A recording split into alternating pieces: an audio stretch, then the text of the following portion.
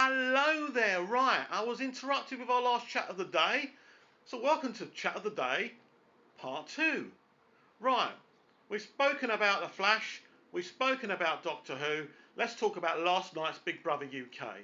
Last night we saw the wrestling task, which looks like amazing fun, doesn't it? But unfortunately, Dexter and Callum had different ideas and fun.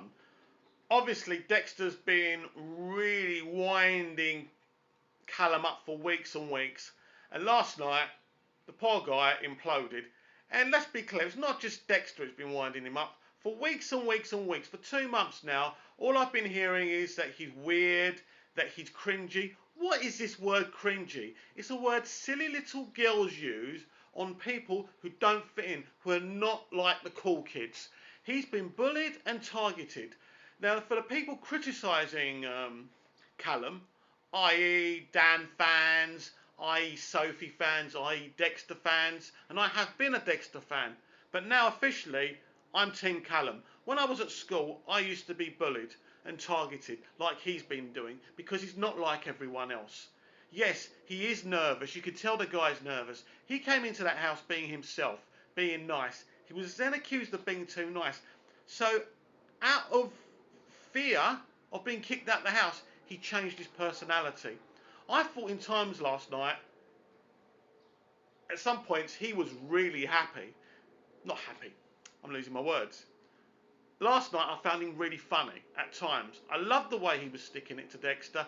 Dexter deserves it. Dexter's been going around telling everyone how he's this, that, and the other. And I'm really happy to see young Sam really going at Dexter and sticking up for Callum and being loyal to Callum. I think Callum's going to go tomorrow. It's as simple as that because there's too many idiots, there's too many juvenile little girls who do not understand, who don't want to know people, who don't fit in, who are not like everyone else.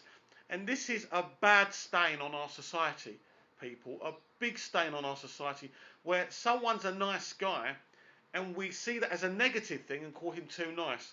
We call him a weirdo. We call him cringy. It's horrible.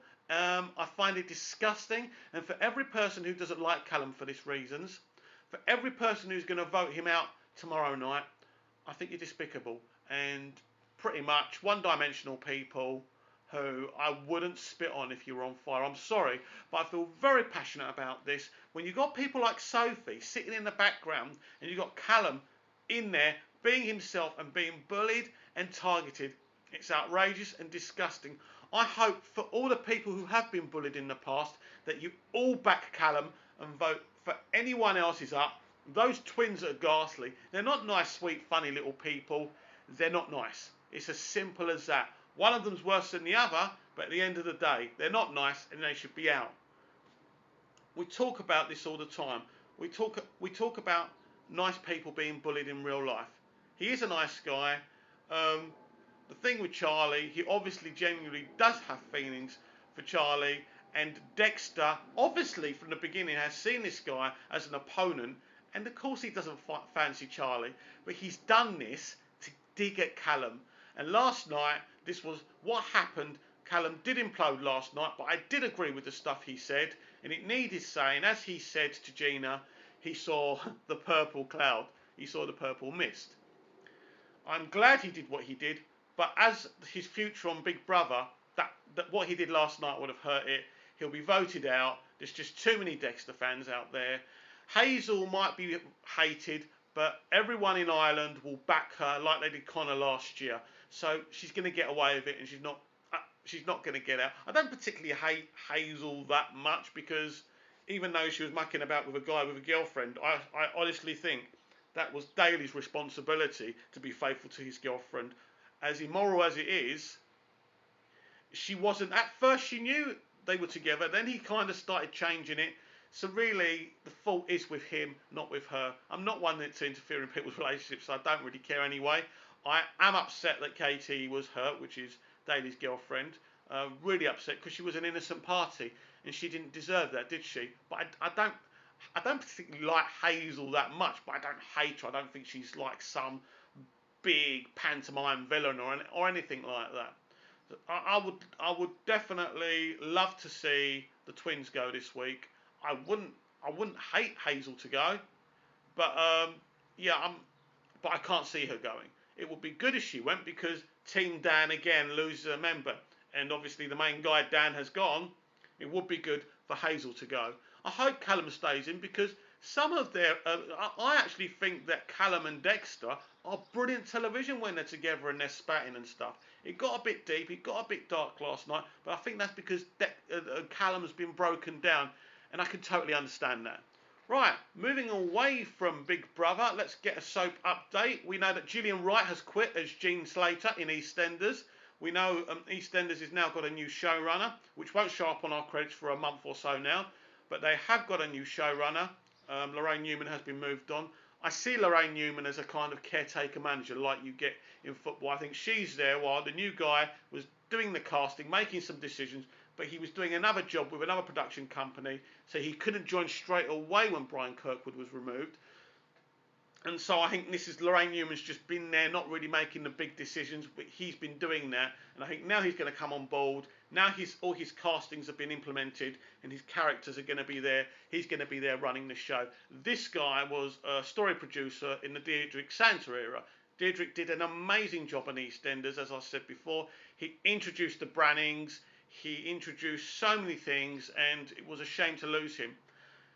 Brian Kirkwood's era obviously did a lot of damage to EastEnders. We know that. I'm shocked and surprised as I say that because Brian Kirkwood, the jobs he's done on Hollyoaks is phenomenal. He's gone back again, and the stuff he's pulling out is brilliant. I think the problem Brian Kirkwood found on EastEnders, you see, on Hollyoaks, you can come up with ideas, introduce new characters, and if it doesn't work, you can throw it out for the mere fact that I suspect that cast on Hollyoaks can kind of be given 3-month contracts if the showrunner's not sure on them. And if it doesn't work, you can just say, sorry, it hasn't worked. In the case of EastEnders, I suspect that most actors get a year's contract. Now, the problem with that is, if a character's not working after 2 or 3 months, you're stuck with them. You have to see them through. You can't break the contract. And this is the problem. I think this is what happened with Brian Kirkwood. He was doing things like he does things on Hollyoaks, and I think he got above his head, and I think this is where the mess happened. And I think they've been stuck with a lot of the characters and actors that he implemented, and I think this is why EastEnders has been an absolute mess this year. Nothing's happened. I think now that we're getting Dominic in, that's his first name, the new showrunner, I think definitely we're going to see changes.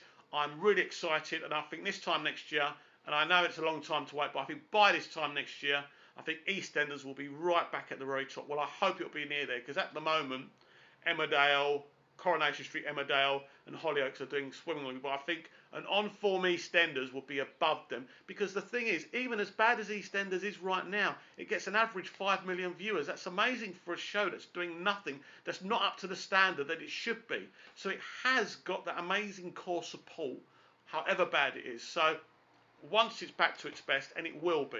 I mean, this is the BBC we're talking about. I think things will get a lot better. I also heard this morning from Digital Spy that Moira McQueen is leaving Hollyoaks. We know that Dr. Browning's going to attack her. So will she die? Is that how her exit will be? And also, one last thing. Do you remember Jesse Birdsall, a.k.a. Marcus Tandy, my hero from El Dorado? I used to love that show. He's been cast in Hollyoaks as a love interest for Sandy, aka Gillian Turworth. So I'm really looking forward to that. Right, that's my chat for today. Have a lovely day. It's really sunny out there. I must get back and really sort out this sexy body with a tan. See ya.